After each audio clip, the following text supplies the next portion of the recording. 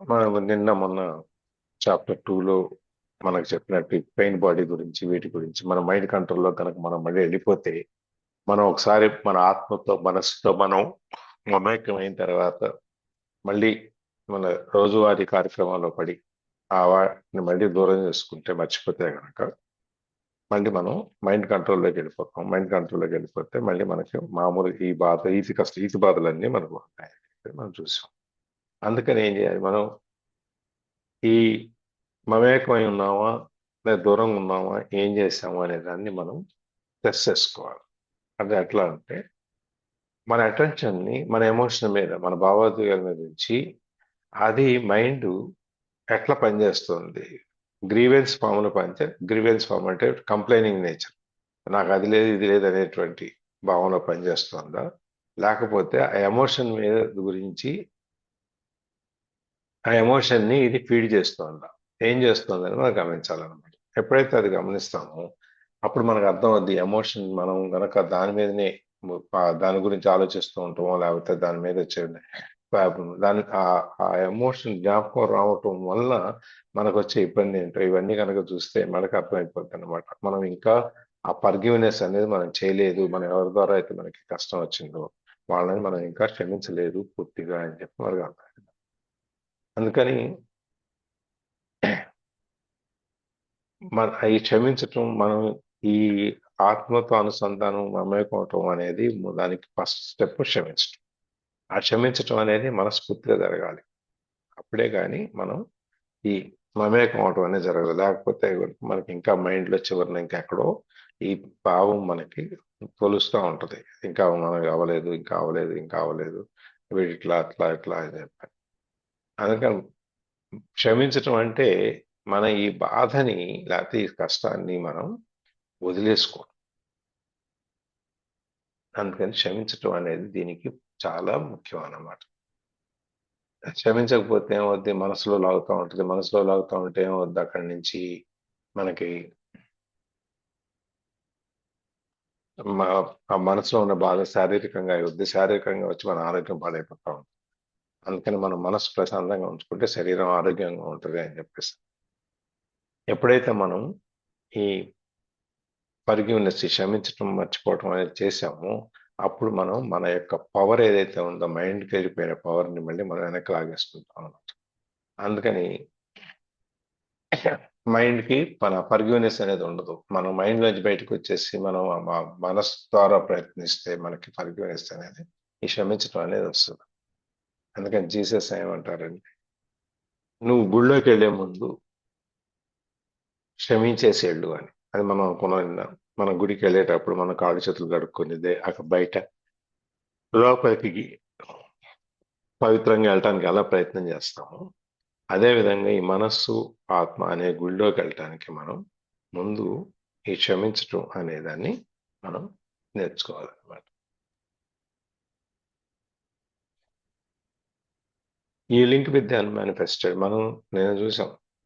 Unmanifested అంటే మనకి సాక్షాత్కారం కానిది ఏదైనా ఉంటే దాంతో మనం లింక్ చేసుకోవాలి అని. ఇప్పుడు మనకు ఆత్మ సాక్షాత్కారం అనేది మనకు అవ్వట్లేదు కాబట్టి మనని మనం అక్కడ లింక్ చేసుకోవాలని.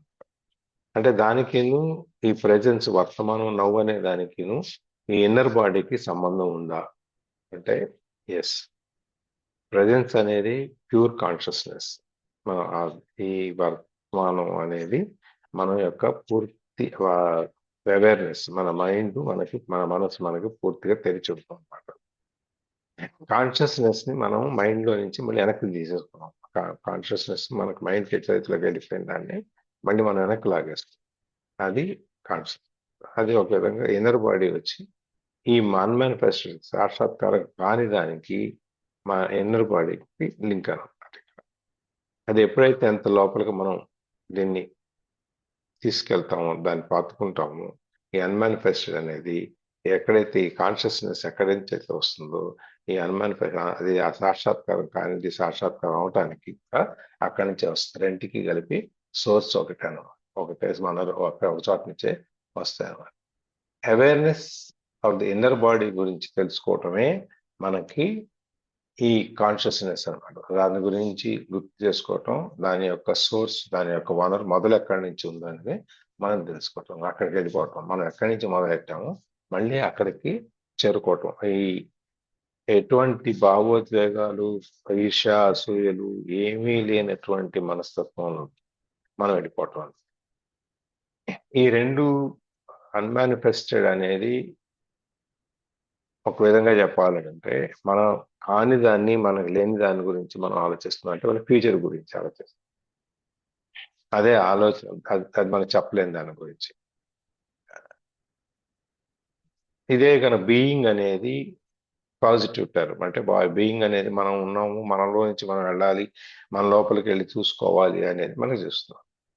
సో ఈ ఇది అన్మానిఫెస్టెడ్, తర్వాత ఈ బీయింగ్, వీటన్నిటి గురించి మనం పెద్దగా చర్చించాల్సిన అవసరం లేదు. వాటిని మనం దిక్సూచులుగా తీసుకుంటే చాలు అని చెప్పేసి అని మనకి ఒక ఫైనల్ గా మనకి ఇవన్నీ ఒక దిక్సూచి మనకి చూపిస్తాయి మార్గదర్శకంగా అని చెప్పి చూపించడానికి మనం చూసాం.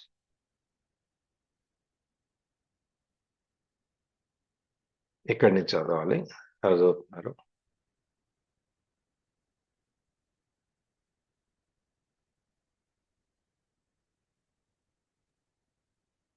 ఇదేనా sir? You said that presence ఇదేనా? You said that presence is consciousness that has been reclaimed from the mind. Who does the reclaiming? ఇంకా మనం ఇందాక చూసాం, కాన్షియస్నెస్ అనేది మైండ్ నుంచి మళ్ళీ మనం తీసేసుకుంటున్నాం అని చెప్పి. మళ్ళీ మనము ఆత్మకు అనుసంధానం అవుతున్నాము అంటే దాని అర్థం కాన్షియస్నెస్ ని మళ్ళీ మన మైండ్ నుంచి తీసేసుకుని ఆ బాధలో నుంచి మనం బయటకు వచ్చేసి కొత్త జీవితాన్ని చూడటానికి వెళ్తున్నాము అని చెప్పని అనుకో. సరే, ఈ వెనక్కి తీసుకునేది ఎవరు, రీక్లెయిమ్ చేసేది ఎవరు? ఈ కాన్షియస్నెస్ అనే దాన్ని మైండ్ లో నుంచి మన వెనక్కి లాక్కొచ్చేది ఎవరు? మనమే లాక్కురావాలి. కానీ అదేంటి అనేది ప్రశ్న. అక్కడ ఆ సందిగ్ధత ఏంటి అనేది మనకి ఎవరికైనా అనుమానం రావచ్చు. ఏమంటే మనం ఈ ఆల్రెడీ మన మైండ్ కంట్రోల్లోకి వెళ్ళిపోయాం కదా, మళ్ళీ మైండ్ కంట్రోల్ నుంచి మనం బయటికి రావాలంటే ఎలా రావాలి, ఎవరు చేస్తారు ఇది, మళ్ళీ ఏదైనా గురువు గారి దగ్గరికి వెళ్ళాలా ఏంటి అనేది మనకి ఒక ప్రశ్న రావచ్చు. దానికి సమాధానం, ఎవరు రీక్లెయిమ్ చేస్తారు అంటే యూ డూ, నువ్వే చెయ్యి. ఎవరు చేయరు. నీకు ఒంట్లో బాగాలేకపోతే, ఏదైనా ఇబ్బంది వస్తే డాక్టర్ దగ్గరికి వెళ్తే డాక్టర్ నీకు మందు ఇస్తాడు. ఆ మందు వేసుకోవాలి కదా, డాక్టర్ వేసుకోడు కదా మందు. ఎవరు వేసుకోవాలి? మనమే వేసుకోవాలి. మనమే వేసుకోవాలి. ఎవరికి నొప్పి ఉంటే వాళ్ళే వేసుకోవాలి. అట్లాగే ఇది కూడా, ఈ మైండ్ కంట్రోల్ అనేదాన్ని కూడా మనం మైండ్ లో నుంచి మన కంట్రోల్ ని మనం తీసుకుని మనం దాన్ని మళ్ళీ తిరిగి పొంది మన ఆత్మ సాక్షాత్కారం చేయాలంటే ఎవరు చేయాలి? యూడు, నువ్వే చేయాలి. But since in your essence your consciousness, but since in your essence you are consciousness, we might as well say that it is an awakening of consciousness from the dream of form. Since in your essence you are consciousness, ఒక విధంగా మనకి మనలో మనము మన consciousness అనేది మనకి ముఖ్యమైనది కాబట్టి, మన ఎసెన్స్ ముఖ్యమైనది కాబట్టి, we might as well say that it is an awakening of consciousness from the dream of form. దాన్ని ఇంకో విధంగా కూడా చెప్పొచ్చు. ఏంటంటే ఈ డ్రీమ్ ఆఫ్ ఫామ్ ఏదైతే ఉందో, అంటే ఒక కళ, మన ఈ ఆకారాన్ని ఒక కళ ఎలా తీసుకుంటామో ఆకారాన్ని, ఆ ఆకారాన్ని మనము మన కాన్షియస్నెస్ ని నిద్ర లేపటం అనేది కూడా, మనం ఒక ఆకారంలో నుంచి, మన కాన్షియస్నెస్ ఆకారం అనేది లేదు కదా, అందుకని ఆత్మకి ఆకారం ఏముంది? ఆకార రూపం లేదు, మనకు ఏదీ లేదు దానికి. అట్లాగే మనం దీన్ని ఒక రూపంలో నుంచి మనం బయటికి లేపి మనం తిరిగి చూడటం అనేది ఒక విధంగా చెప్పాలంటే ఈ consciousness. This does not mean that your own form will instantly vanish in an explosion of light. మన కాన్షియస్ నుంచి మనం నిద్రలేపాము అంటే దాని అర్థం మనం వెంటనే మనం ఆ పై స్టేజ్కి చేరుకున్నాం అని కాదు. అదేంటంటే ఇదంతా మాయమైపోతుంది, ఈ లైట్ మన మీద, అలా కాంతి మన మీద పడితే ఆ కాంతి వలన మనకి ఇదంతా మాయమైపోద్ది, చీకటి అంతా వెళ్ళిపోద్ది అని దాని అర్థం కాదు. You can continue in your present form, yet be aware of the formless and deathless deep within you. నువ్వు ఇప్పుడున్న నీ ఆకారంతో, ఎవరు వేరే సౌండ్ వస్తుంది, రెండు వాడుతున్నారు.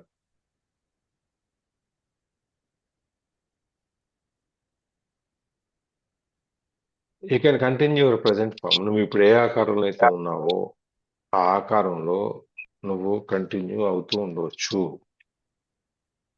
దాన్ని కంటిన్యూ అవుతూనే డిస్టర్బెన్స్ వస్తుంది సార్. అదే రీసౌండ్ ఎక్కడ వస్తుంది? సార్ మీ ఫోన్ కూడా దూరంగా పెట్టుకోండి. నా ఫోన్ ఆఫ్ లోనే ఉంది. ఎవరు ఆన్ చేయలా. మనోదర్ గారు మీరే, మేము కూడా అందరం ఆఫ్ చేస్తున్నాం. ఇప్పుడు రాలేదు చూడండి శబ్దం. మనోదర్ గారు ఆపేశాక రాలేదు. మాట్లాడండి మీరు. మనోహర్ గారు మీరు ఆన్ చేయండి ఒకసారి.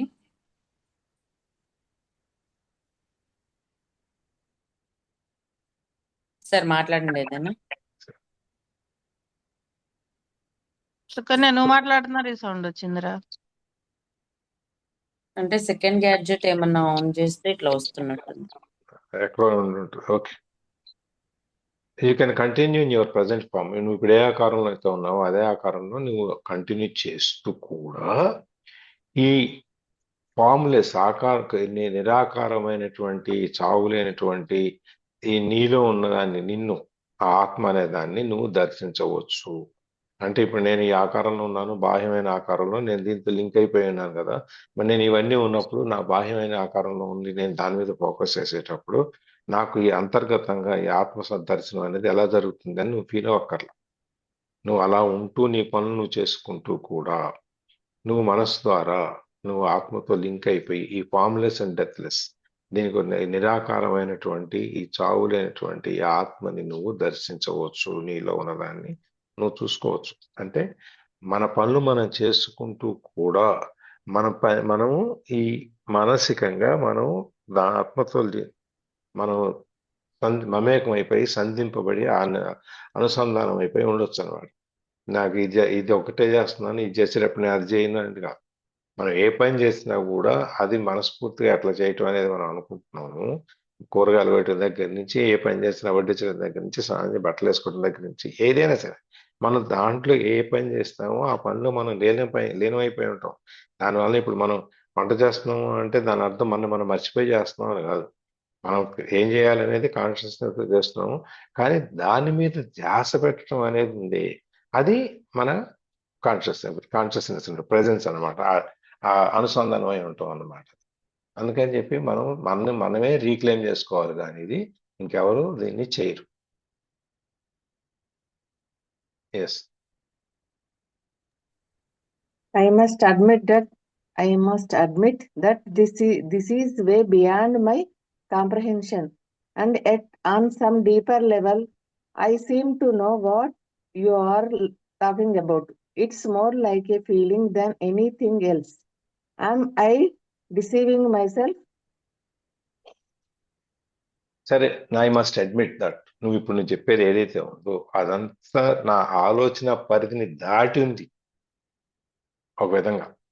మీరు చెప్పేదంతా మాకు తలపై నుంచి పోతుందని, తలలోకి ఏమి వెళ్ళట్లేదు అనుకుంటాం. మా స్కూల్లో ఉన్నప్పుడు చెప్పాం, అది చెప్పేదంతా తలపై నుంచి వెళ్ళిపోయింది, తలలోకి ఏమి వెళ్ళట్లేదు అని చెప్పి అట్లా అనుకుంటే నేను ఒప్పుకోవాలి. ఎందుకంటే ఇదంతా నువ్వు చెప్పేది నాకు మైండ్లోకి ఏమి వెళ్ళట్లేదు, అది పైనుంచి పోతుంది. కానీ ఎక్కడో లోపల నువ్వు చెప్పేది ఎక్కడో నాకు టచ్ అవుతుంది. I seem to know what you are talking about. నువ్వు చెప్పేది నాకు లోపల ఎక్కడో నాకు తెలిసినట్టుగా అనిపిస్తుంది. పైనుంచి పోయినా కూడా ఎక్కడో ఒక శబ్దము, అరశబ్దము మన చెవిలో పడుతుంది కదా. ఆ చెవిలో పడినప్పుడు అది ఇదేదో మనం ఇంతకుముందు విన్నామే అన్నట్టుగా మనకి అనిపిస్తోంది. It's more like A feeling than anything else. అది ఒక ఫీలింగ్ అనమాట, ఇంకేం కాదు. అదేదో తెలుస్తుంది, అనిపిస్తోంది, ఇది నేనేదో విన్నాను అనేది ఒక మన ఫీలింగ్ అది, అంతేగాని వేరే ఏం కాదు. అట్లా ఈ ఫీల్ అయిన దాన్ని ఓహో ఇదే నేను ఆత్మతో అనుసంధానం అవటం, లేకపోతే ఇదే నేను రీక్లెయిమ్ చేసుకున్నాను, నా మైండ్ నుంచి నా పవర్ నేను తీసేసుకుని నేను ఉన్నాను అనేది అనిపిస్తే, ఒకవేళ అట్లా అనుకుంటే నన్ను నేను మోసం చేసుకుంటున్నానా? అలా అనుకుని నాకంతా తెలుస్తోంది అని చెప్పి అనుకుని ఎక్కడో ఒక పదం విన్నంత మాత్రాన దానివల్ల ఏదో ఒక ఫీలింగ్ వచ్చినంత మాత్రాన నేను మళ్ళీ నన్ను మోసం చేసుకుంటున్నాను, నాకు అన్నీ తెలుసు అనుకుని అనేది మళ్ళీ ప్రశ్న. చూడండి ఇప్పుడు మనకి భగవద్గీతలో కృష్ణుని అర్జునుడు ఎన్ని ప్రశ్నలు వేస్తాడు, ఫస్ట్ సెకండ్ అధ్యాయాల్లో అన్ని ప్రశ్నలు వేస్తే మనకి ఇక్కడ కూడా అన్ని ప్రశ్నలు వస్తున్నాయి. ఇది ఇలా అనుకుంటున్నానా, నేను ఇలా అవుతున్నానా అంటే మనకి మామూలుగా ఒక కామన్ మ్యాన్గా మనం ఇది చదివితే మనకి మనసులోకి ఇట్లాంటి మనకు అనేక రకాలైనటువంటి సందేహాలు వస్తూ ఉంటాయి. దానికి ఈ క్వశ్చన్లన్నిటికీ మళ్ళీ ఆన్సర్. ఎస్ చదవండి. No, you are not. Feeling will get you closer to the truth of who you are than thinking. I cannot tell you anything that deep within you don't already know. When you have reached a certain stage of inner connectedness, you recognize the truth when you hear it. If you have not reached that stage yet, the practice of body awareness will bring about the deepening that is necessary. నిన్ను నువ్వు మోసం చేసుకోవట్లేదు, నువ్వు correct సరైన మార్గంలోనే ఉన్నావు. కాబట్టి ఆ ఫీలింగ్ అనేది ఏంటంటే, feeling will get you closer to the truth of who you are than thinking. Thinking అనేది ఆలోచన, ఫీలింగ్ అనేది అనుభవం. ఫీలింగ్ అనే దానికి నువ్వు వచ్చావు అంటే అది నిన్ను నిజానికి దగ్గరగా తీసుకెళ్తుంది. ఆలోచన కంటే నువ్వు ఆలోచన ఫీలింగ్ రెండిట్లో కన్ఫ్యూజ్ అవుతావు. నువ్వు కన్ఫ్యూజ్ అవ్వకు, ఆలోచన వేరు, ఆ అనుభవం వేరు. అందుకని ఆలోచించిన తర్వాత మనం దాన్ని ఫీల్ అవుతున్నాము అంటే దాని యొక్క అనుభవంలోకి మనం వెళ్తున్నాం అనమాట. అది దగ్గర అవుతున్నాం అనమాట. దానికి చిన్నది చెప్పాలంటే, మనం మీటింగ్కి వెళ్ళాం, ఎంఎస్ఎంఈ వాళ్ళది మీటింగ్ ఉంటే దానికి పొద్దున్న సాయంత్రం దాకా ఉంది, వెళ్ళాను అనమాట. మధ్యలో వచ్చేసాను అనుకోండి. సరే నేను కూర్చున్న సీట్లో నుంచి వాళ్ళు స్క్రీన్స్ కనపట్టలేదు అని చెప్పంటే ముందుకు వచ్చి కూర్చోండి సార్ అంటే ముందుకెళ్ళి కూర్చోండి. ఆ ముందున్న టేబుల్ సోఫాలు విఐపీల కోసం వేసినాయి. సరే ఖాళీగా ఉంది కదా కూర్చోమంటే కూర్చోవచ్చు అంటే కూర్చోండి అన్నాడు ఆయన. సరే కూర్చున్నాం. ఎదురుగుండా వాళ్ళకి జీడిపప్పులు బాదం పప్పులు ఇవన్నీ పెట్టారు. చూశాను, నా పాటికి నేను అదే వింటున్నాను. కొంతసేపటికి అయిన తర్వాత థాట్లోకి వెళ్ళిపోయింది, అవును ఈ పెట్టారు కదా తినొచ్చు కదా, మనం ఎందుకు కూర్చుంటున్నాము అని. ఎవరు కూర్చుంటే వాళ్ళు తింటారు అంతే, వాళ్ళే విఐపీలే తినాలి వాళ్ళు వచ్చనే లేదు. ఎందుకులే అని చెప్పి ఆలోచిస్తే సరే అది సబ్జెక్ట్లో గురించి దాని గురించి మాట్లాడుతూ దాని గురించి చూసుకుంటే ఇదేం తినేది ఎట్లా అని చెప్పి కాసేపు మెల్లమెల్లగా ఆలోచన పెద్దదైంది. సరే పెద్దదైన తర్వాత ఏం చేస్తున్నాం, ఫీల్ అవుతున్నాం కదా, అందుకని చెప్పి మళ్ళీ ఒక చేయి పెట్టి జీడిపప్పు తీసుకుని నోట్లు వేసుకుని ఆలోచన నుంచి అనుభవంలోకి వచ్చేసాం. ఫీలింగ్ అది తిన్నాక పప్పు నోట్లు వేసుకున్న తర్వాత అయిపోయింది. అది మన ఆలోచనలో నుంచి ఏదైనా రూపం దిద్దుకుంటుంది. అందుకని ఈ ఆలోచన, ఈ ఫీలింగ్ అనేది ఆలోచన స్థితి నుంచి నువ్వు ఆ నిజం అనేదానికి, ట్రూత్ అనేదానికి దాని దగ్గరికి వెళ్తున్నావు అనమాట. అందుకని చెప్పి నువ్వు దీన్ని నిన్ను మోసం చేసుకోవటం అని అనుకోవద్దు. I cannot tell you anything that deep within you don't already know. నువ్వు లోపల నీకేం తెలుసుకుంటున్నావు, నువ్వేమనుకుంటున్నావు అని నేను చెప్పలేను. నీకు తెలియని దాని గురించి నువ్వు తెలుసుకుంటున్నావా, నీకు తెలిసిన దాని గురించి నువ్వు ఆలోచిస్తున్నావా, నువ్వు ఏమైనా కొత్త విషయం నీ బుర్రలోకి వస్తుందా నీ మనసులోకి అనేది నేను చెప్పలేను, ఎందుకంటే నాకు అనిపించదు కాబట్టి. నేను నీకేం చెప్పగలను అంటే నువ్వు ఇలా వెళితే నీకు మంచి జరుగుతుందని చెప్పగలను అంతే. నువ్వు వెళ్ళిన తర్వాత నీకు మంచి జరిగిందా, దాన్ని ఉపయోగించుకున్నావా లేదా అనే దాని గురించి నాకు సంబంధం లేదు. So when you have reached a certain stage of inner connectedness, నువ్వు ఎప్పుడైతే ఏదో కొంత నీ లోపలికి నువ్వు కనెక్ట్ అవటం, ఇన్నర్ కనెక్టెడ్నెస్ నువ్వు చేరగలుగుతావు, ఎంతో కొంత లోపలని మన మనం అనుసంధానం అవటం అనేది కొద్దిగా అయినా ఆ ఫీలింగ్ వచ్చింది అంటే దాని అర్థం మనం లింక్ అవుతున్నాం అనమాట, ఆ కనెక్ట్ అవుతున్నాం అనమాట. కనెక్ట్ అయితే కనుక you recognise the truth when you hear it. నువ్వు ఎప్పుడైతే నువ్వు లోపల నీ ఆత్మతో నువ్వు అనుసంధానం నీ ఇన్నర్ బాడీతో నువ్వు అనుసంధానం అవుతావో అప్పుడు నువ్వు ఆ కనెక్టెడ్నెస్ కి దగ్గరగా వెళ్తున్నావు. అప్పుడేమవుద్ది, నీకేదో వినిపిస్తుంది ఆ నిశ్శబ్దంలో నుంచి. అది నువ్వు ఎప్పుడు దాకా వెళ్ళలేకపోతున్నావు. నువ్వు ఈ ఫీలింగ్ అనేది నీలోకి వచ్చినప్పుడు నీకు ఆ తెలియని శబ్దాలేవో మెల్లగా వినిపిస్తాయి. ఇందాక మనం డిస్టర్బెన్స్ వచ్చింది, మనం ఎక్కడో తెలియని శబ్దాలు ఎక్కడి నుంచి వస్తున్నాయా అని చెప్పి మనం విచారించుకున్నాం కదా. అదే విధంగా ఇక్కడ కూడా నువ్వు ఎప్పుడైతే నువ్వు ఆ లోపల కనెక్ట్ అవటం జరుగుతుందో ఆ కనెక్ట్ అయినప్పుడు ఆటోమేటిక్ గా నువ్వు ఆ శబ్దాలు వింటావు అనమాట. If you haven't reached that stage at, ఒకవేళ నీకు శబ్దాలు వినపట్టం లేదు, నువ్వు ఆ స్థితికి నువ్వు ఇంకా చేరుకోలేదు అన్నా కూడా, the practice of body awareness will bring about the deepening that is necessary. The practice of body awareness, నిన్ను తెలుసుకోవటం, ఆ బాడీని, ఆ ఇన్నర్ బాడీని తెలుసుకోవటం ద్వారా నువ్వు తెలుసుకోవటం అనే అభ్యాసాన్ని ఇంకా ఇంకా తెలుసుకోవాలి అని చెప్పి నువ్వు ఎప్పుడైతే ఇంకా ఇంకా అభ్యాసం చేస్తుంటావో, దాన్ని ప్రాక్టీస్ చేస్తుంటావో, అది నిన్ను మెల్లగా ఆ డీపెనింగ్ లోపలికి ఎంతవరకు అవసరమో, నిన్ను ఎంతవరకు లోపలికి తీసుకెళ్లాలో, ఆ రూట్స్ లోకి తీసుకెళ్లాలో, ఆ లోతుల్లోకి తీసుకెళ్లాలో అంతవరకు నేను తీసుకెళ్తాను. అందుకని నీకు ఎప్పుడైతే ఆ ఫీలింగ్ వస్తుందో, ఆ ఫీలింగ్ వచ్చావు అంటే నిన్ను నువ్వు తెలుసుకునేటువంటి నిజానికి నువ్వు దగ్గరగా అవుతున్నావు, ఆ అవేర్నెస్ నీకు వస్తుంది అని చెప్పి దానికి మెల్లగా అది ఎప్పుడైతే నువ్వు దాని యొక్క శబ్దాన్ని నువ్వు వినగలుగుతావు. ఒకవేళ వినలేకపోయినా నువ్వు దాన్ని ప్రాక్టీస్ చేయటం వల్ల మెల్లమెల్లగా ఆ లోతుల్లోకి నువ్వు వెళ్ళగలుగుతావు అని చెప్పాను. ఒక్క రోజులో మనకు రాకపోయినా మనం ధ్యానంలో కూర్చుంటే మెల్లమెల్లగా ఎలా లోపలికి వెళ్తామో అలాగే ఇక్కడ కూడా మెల్లమెల్లగా లోపలికి వెళ్తాం అన్నమాట. Slowing down the ageing process. ఈ ఏజింగ్ ప్రాసెస్ అనేది చెప్పండి. చెప్పండి సార్. అదే మీరు చెప్తున్నారు అనుకో, నేను చదువుతున్నాను మీరు చెప్తున్నారు. Okay, slowing down the ageing process. ఈ ఏజింగ్ ప్రాసెస్ తక్కువ అంటే మనం ఎప్పుడైతే మనం తెలుసుకోవటం మొదలు పెడతామో మన లోపలికి మనం వెళ్ళగలుగుతాము.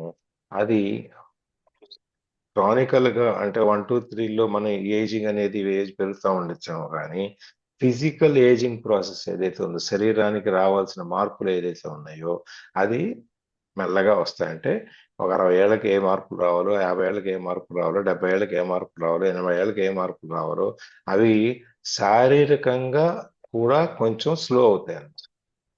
ఉత్సాహం అనేది మనిషిలో నుంచి బాగా వస్తుంది అనేది అదేంటి చూద్దాం. చదవండి. In the meantime, awareness of the inner body has other benefits in the physical realm. One of them is a significant slowing down of the aging of the physical body. అది దానివల్ల ఏమవుద్ది, నువ్వు ఆత్మతో అనుసంధానం అయ్యి నువ్వు మానసికంగా కనుక నువ్వు ఎప్పుడైతే నువ్వు ఉత్తేజంగా నువ్వు ఆ ఉల్లాసంగా ఒక అద్భుతమైన ఒక వింత కాంతితో నువ్వు ఎప్పుడైతే ఉన్నావు అప్పుడు ఏమవుద్ది, awareness of inner body has other benefits. ఈ మన లోపల ఉన్న శరీరాన్ని తెలుసుకోవటం వల్ల మనకి ఇంకా నువ్వు మానసికంగా కనెక్ట్ అయి ఉంటావు కాకుండా ఇంకా ఫిజికల్ గా కూడా నిజానికి మన శరీరంలో కూడా కొన్ని మార్పులు తెలుస్తాయి. అది మనకు తెలుస్తుంది ఏంటంటే దాంట్లో significant slowing down of the ageing of the physical body. అది ఇప్పుడు నేను చెప్పింది. మనం 40 ఏళ్ల వయసులో, 60 ఏళ్ల వయసులో, 70 ఏళ్ల వయసులో మన శరీరం ఎటువంటి మార్పులు చెందాలో అటువంటి మార్పులు చెందకుండా, ఇప్పుడు 70 ఏళ్ళు వచ్చినా కూడా కొంతమంది చూస్తాం 70 ఏళ్ళు ఉన్నాయి కానీ 40 ఏళ్ళ కుర్రాళ్ళలాగా ఉంటాడు, లేదా 40 ఏళ్ళ మనిషిలాగా ఉంటాడు, లేదా 50 ఏళ్ళు వచ్చినాయి 25 ఏళ్ళ పిల్లలాగా ఉంటుంది అని చెప్పి మనం అనుకుంటుంటాం. చూసారా? ఆ విధంగాను ఆ ఫిజికల్ బాడీ మనకి ఇంకా కొంచెం యవనంగానే కనిపిస్తుంది. కనిపించాల్సిన ముసలితనం కంటే కూడా అది యవనంగానే కనిపిస్తుంది అనమాట. ఎందుకని? మీ మనసు ప్రశాంతంగా ఉంది, మీ మనస్సు మీకు ఆత్మతో కనెక్ట్ అయిపోయింది. మీరు ఈ బయట విషయాల్లోకి పెద్దగా మీరు ప్రాముఖ్యత ఇవ్వకుండా మీలో మిమ్మల్ని దర్శించుకోవటానికి ఎక్కువ ప్రాముఖ్యత ఇచ్చినప్పుడు మీకు ఈ శారీరకంగా రావాల్సిన ఎమోషన్స్ వీటన్నిటిని దూరం అయ్యేటప్పటికి మన శారీరకంగా మనకు జరగాల్సిన మార్పులు ఏమున్నాయో అవి జరగవు అనమాట, మెల్లగా జరుగుతాయి. అందుకని ఆ ఏజింగ్ ప్రాసెస్ కూడా దీని వలన మెల్లగా అవుతుంది అనమాట. Whereas the outer body normally appears to grow old and wither fairly quickly. The inner body does not change with time, except that you may feel it more deeply and become it more fully. If you are 20 years old now, the energy field of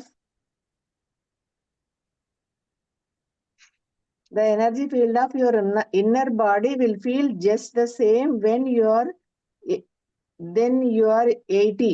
It will be just a vibrantly alive. As soon as your habitual state changes from being out of the body and trapped in your mind to being in the body and present in the now, your physical body will feel lighter, clearer, more alive. As there is more consciousness in the body, its molecular structure actually becomes less dense. More consciousness means a lessing of the illusion of materiality. మనం చెప్పుకుంది వయసులో మనకు రావాల్సిన ఆ టైంలో రావాల్సిన ఇది రాకుండా ఉంటుంది. దాన్ని ఇంకొంచెం డీటెయిల్గా in the mean time the physical whereas the outer body normally appears to grow old and wither fairly quickly, the inner body does not change with time.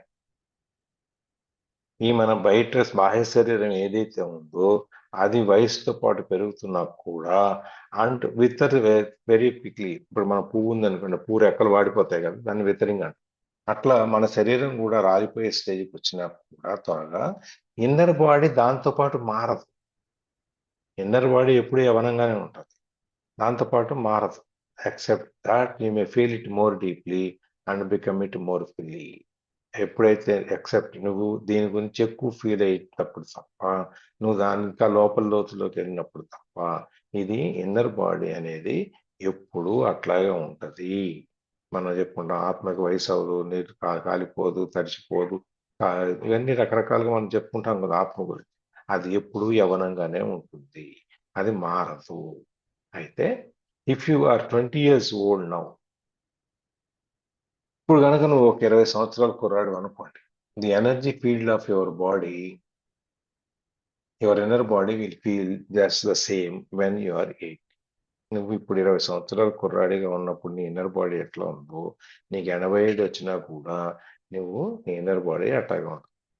మన అక్కనే నాసరాగా చెప్పినట్టు ముడతలు శరీరానికే కానీ మనస్సు కాదు అనేది.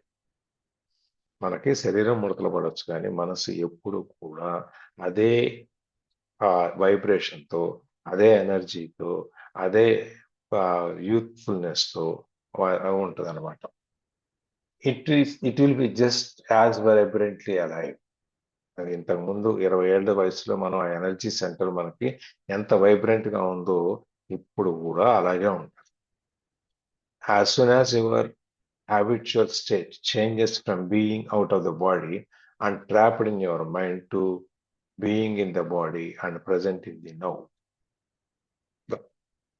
As soon as your habitual state changes from being out of the body, ఎప్పుడైతే మన అలవాటు ప్రకారం ఈ మన మార్పుల్లోకి లోనవ్వకుండా, మనం inner out of the body నుంచి బయటకు రాకుండా ఈ మైండ్ లో కనుక ట్రాప్ అయి ఉంటాము,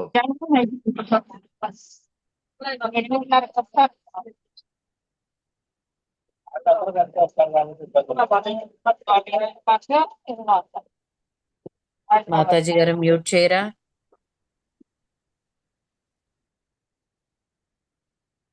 ఎప్పుడైతే మనం దీంట్లోకి ఉంటామో, ఆ trapped in your mind to being in the body, ఈ శరీరం మన మైండ్ లోకి వెళ్ళిపోయి మళ్ళీ మన కంట్రోల్లోకి వెళ్ళిపోయి ఉంటుందో,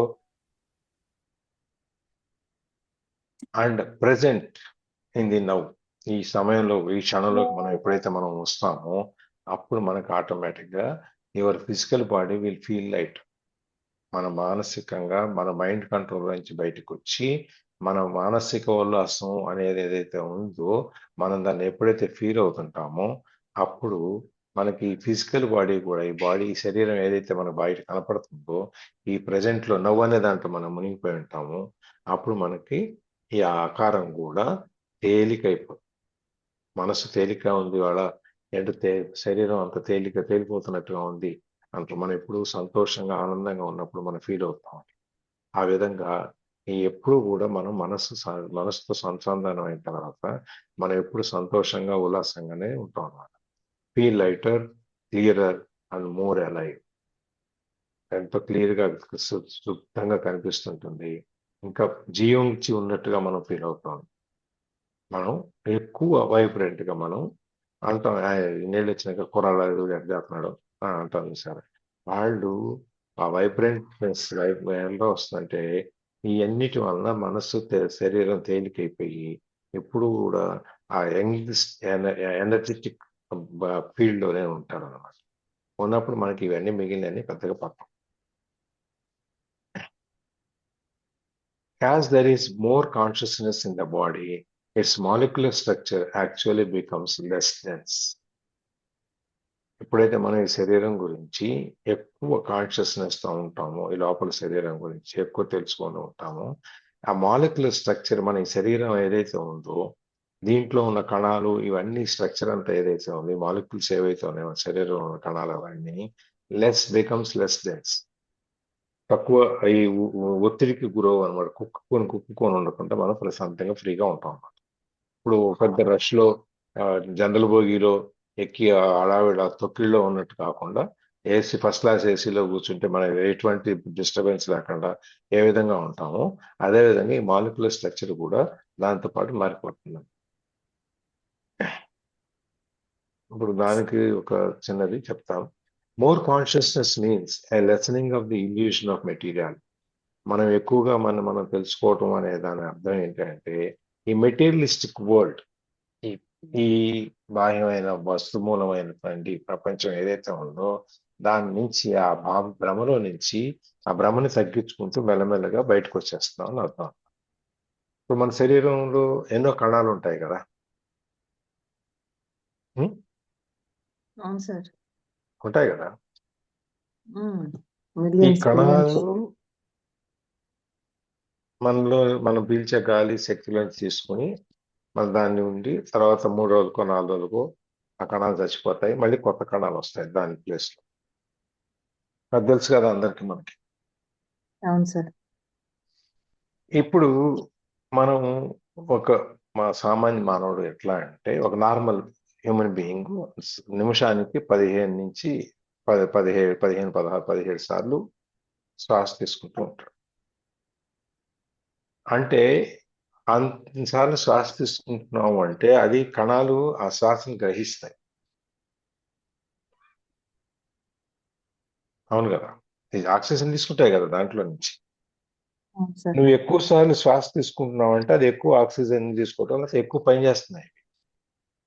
ఎక్కువ పని చేసినప్పుడు ఏమవుద్ది, వాటి లైఫ్ టైము తగ్గిపోద్ది. 5 రోజులు 4 రోజుల నుంచి దాని జీవితకాలం 3 రోజులకు 2 రోజులకు పడిపోద్ది. పడిపోయినప్పుడు ఈ కణాలు మళ్ళీ కొత్తవి రావటం అనేది తొందరగా ఫాస్ట్ గా జరుగుతూ ఉంటుంది. అంటే నీ శ్వాస జీవితకాలం, నీ శ్వాస నీ జీవితకాలాన్ని ఏ విధంగా నిర్ణయిస్తుంది అనేది అనమాట. ఎక్కువ కణాలు ఎక్కువ రావటం పోవడం జరుగుతుంటే నీ శ్వాస వలన నీ జీవితకాలం తగ్గుతూ పోతూ ఉంటుంది. అదే కనుక నువ్వు 15 సార్ల నుంచి 12 సార్లు 10 సార్లు నువ్వు శ్వాస తీసుకోవటం మొదలుపెట్టావు అనుకోండి, ఈ 3 రోజులు ఉండే కణం 4 రోజులకు 4.5 రోజులకు పెరుగుతుంది. ఎందుకంటే దాని యొక్క ఆక్సిజన్ తీసుకొని ఎక్కువ శ్రమ పడాల్సిన అవసరం లేదు కాబట్టి. అదే 7-8 సార్లు కనుక మనం తీసుకుంటే, 7-8 సార్లు, 5 నుంచి 5, 6, 7 సార్లు కనుక మనం తీసుకుంటే ఈ కణం యొక్క లైఫ్ టైం 5 రోజులకి పెరుగుతుంది. సార్ ఇలా ఎప్పుడైతే ఈ కూడా కణం ఉంటుందా? ఇలా కూడా ఉంటుందా సార్? అవును, మరి అందుకే కదా మీ శ్వాస మనము అనేది మీ మనము జీవితకాలాన్ని నిర్ణయిస్తుంది. ఎంత ఎక్కువ సార్లు తీసుకుంటే మనకు ఊపిరితిత్తులు అంత బాగుంటాయని హడావిడిగా ఆ గాలి తీసుకుంటారు కదా సార్. మనం అందుకనే ఈ ప్రాణాయామ చేసేది ఎందుకంటే శ్వాస నియంత్రణ కోసం. ఓకే. అందుకే ఇంతకుముందు కూడా మనం చాలాసార్లు చెప్పుకున్నాం, మన శ్వాసని శ్వాస అనేది ప్రీపెయిడ్ కార్డ్ లాంటిది. అది నువ్వు ఎన్ని ఎక్కువ సార్లు వాడితే నీకు తొందరగా కార్డ్ అయిపోతుంది. నువ్వు మెల్లగా వాడుకుంటే కార్డు తక్కువ ఎక్కువ కాలం వస్తుంది. మనం చాలాసార్లు చెప్తున్నాం మనం. ఇది మనకి మనిషి అనేవాడు ఇన్ని శ్వాసలకు బతుకుతాడు అనుకున్నాం అనుకోండి. ఆ అన్ని శ్వాసలు నువ్వు త్వరగా తీసుకుంటే జీవితకాలం త్వరగా అయిపోద్ది. లేకపోతే మెల్లగా తీసుకుంటే జీవితకాలం పెరుగుతుంది. అది ఎందుకు ఎట్లా పెరుగుతుంది అనేది నువ్వు మెల్లగా శ్వాస తీసుకుంటే గంటకి 6 సార్లు 5 సార్లు నిమిషానికి 5 సార్లు 6 సార్లు కనుక తీసుకుంటే ఆ ఆక్సిజన్ అనేది తీసుకుని ఆక్సిజన్ ఆ కణాలు ఎక్కువ కాలం ఉంటాయి. ఎక్కువ కాలం ఉన్నప్పుడు ఆ కణాలు ఉత్పత్తి అవటం అనేది మెల్లగా జరుగుతూ ఉంటుంది. అప్పుడు నీ జీవితకాలం పెరుగుతూ ఉంటుంది. అందుకని మన శ్వాసలు మనం ఆ నియంత్రణ మన ప్రాణాయామం ద్వారా మన శ్వాసల మీద మన నియంత్రణ తీసుకుంటాం కాబట్టి ఆ నియంత్రణ ద్వారా మనకి ఎక్కువ జీవితకాలం. అందుకే మీరు యోగా చేసేవాళ్ళు కానీ ఎక్కువ ప్రాణాయామం చేసేవాళ్ళు లేకపోతే ధ్యానం చేసేవాళ్ళు వాళ్ళు ఎక్కువ ప్రకాశవంతంగా ఎక్కువ కాలం ఉంటారు. 120 ఏళ్ళు 130 ఏళ్ళు వీళ్ళందరూ ఎందుకు ఉంటారంటే వాళ్ళకి ఆ శ్వాస తీసుకోవటం అనేది వాళ్ళ చేతిలో ఉంటుంది. అలాగే శ్వాస వదిలేటప్పుడు కూడా మనం కొంతమంది శ్వాస వదిలితే ఒక అడుగు దూరం వస్తుంది. ఇట్లా ఇంత దూరం. కొంతమందికి ఇక్కడ దాకా వస్తుంది, కొంతమందికి ఇక్కడ దాకా వస్తుంది, కొంతమందికి ఇక్కడికే వస్తుంది. అంత నెల్లగా వదులుతారు, ఫోర్స్గా వదలకుండా. అది ఎప్పుడైతే జరుగుతుందో దాని వలన మన పవర్ కూడా పెరుగుతుంది. ఇప్పుడు మన చక్రాలన్నీ మనం కదిలిస్తే ఒకదాని నుంచి ఒకటి ఎంత శక్తి వస్తుందో ఈ శ్వాస వదలటం ద్వారా కూడా మనం దాన్ని శ్వాస వదలటాన్ని తక్కువ దూరాన్ని కనుక చేసుకుంటూ వెళ్తే మనకు అంత ఇంకా ఎక్కువ శక్తి మనకు ఉంటుంది అనమాట. ఒకసారి మాట్లాడుకున్నాం మనం, ఒకసారి క్లాస్లో ఒకసారి చెప్పుకున్నాం ఈ శ్వాస ఎంత దూరం వెళ్తే ఎంత ఏమవుతుంది ఎట్లా ఉంటుంది అనే దాని గురించి. ఈ శ్వాస వలన నియంత్రణ వలన మన లైఫ్ టైం పెరుగుతుంది అనేది కూడా చాలాసార్లు చెప్పుకున్నాం. మళ్ళీ ఇక్కడ మాలిక్యులర్ స్ట్రక్చర్ అని వచ్చింది కాబట్టి అయితే ఒకసారి దీన్ని చెప్దాం అని చెప్పేసి ఒకసారి మళ్ళీ చెప్పాను. సో ఇక్కడ ఆపుదామా, ఇక్కడ ఆపేద్దాం, ఇక్కడ క్లోజ్ చేద్దాం, ఇది పూర్తి చేద్దామా, ఇది పూర్తి చేసేద్దాం, ఇది అయిపోద్ది. Yeah. When you become identified more with the timeless inner body than with the outer body, when presence becomes your normal mode of consciousness and past and future no longer dominate your attention, you do not accumulate time anymore in your psyche and in the cells of the body. The accumulation of time as the psychological burden of past and future greatly impairs the cell's capacity for self renewal.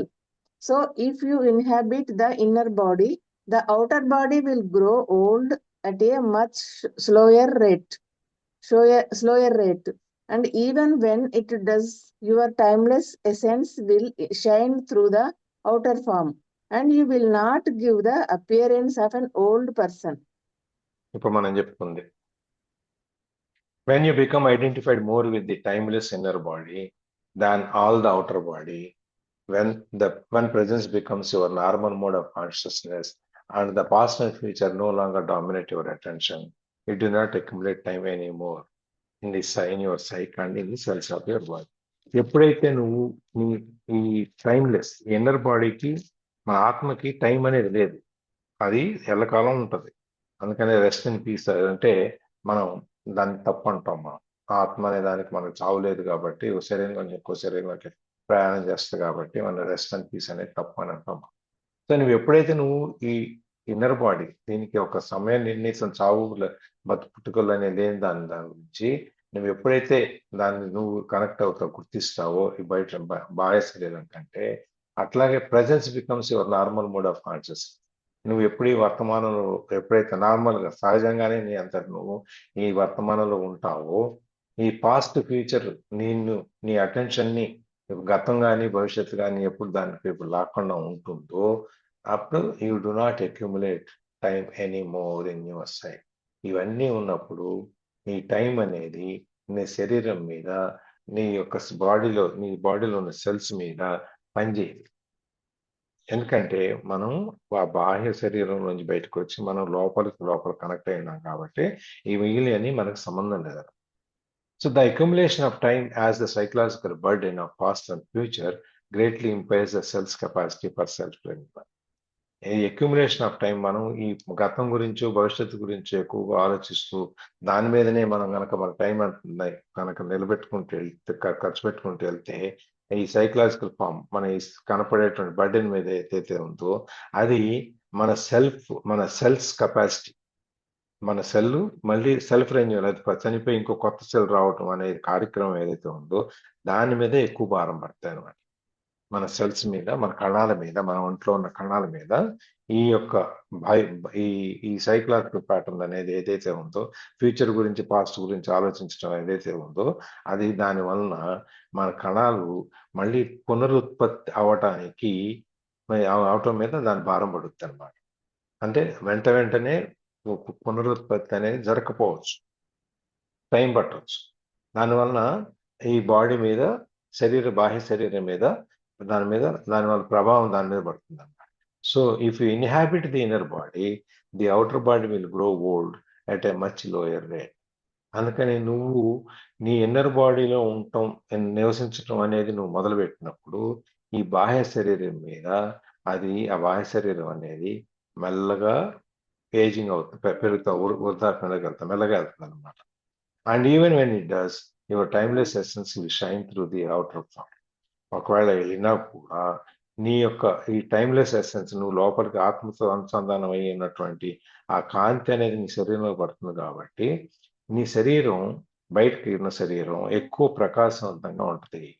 అంటే వడలిపోయి నీరసంగా కనపడలేనికి, అయ్యో ఏంట్లో లేదండి ఇలా ఉన్నామని ఇలా పడిపోయి అలా ఉండదు. ఎప్పుడు కూడా నువ్వు ఏజింగ్ ఉన్నా కూడా నువ్వు ఎప్పుడు ఉత్సాహంగానే నీకు ఆ బాడీని ఉంచుతుంది, ఆ లోపల శరీరం అనేది ఉంచుతుంది అనమాట. You will not give the appearance of an old person. నువ్వు ఆ ముసలి వ్యక్తిగా నువ్వు కనపడవు, ప్రకాశవంతంగా కనపడవు. అప్పుడు నువ్వు ఎప్పుడైతే నీ ఒంట్లో నీ మనిషి ముఖంలో ఆ ప్రకాశం అనేది కనిపిస్తుందో నీ ఏజ్ గురించి ఎవడు అసలు ఆలోచించడు. చూడు ఎంత ప్రకాశంగా ఉన్నాడు, ఆయన ఎంత బ్రైట్ గా కనపడుతున్నాడు, బాగా చదువు. ఇప్పుడు మీరు చూడండి, కొన్ని ఆర్ట్స్ కళలు వచ్చిన వాళ్ళు ఉంటారు కదా, డాన్సర్స్ కానీ, లేకపోతే సింగర్స్ కానీ, లేకపోతే మన ఈ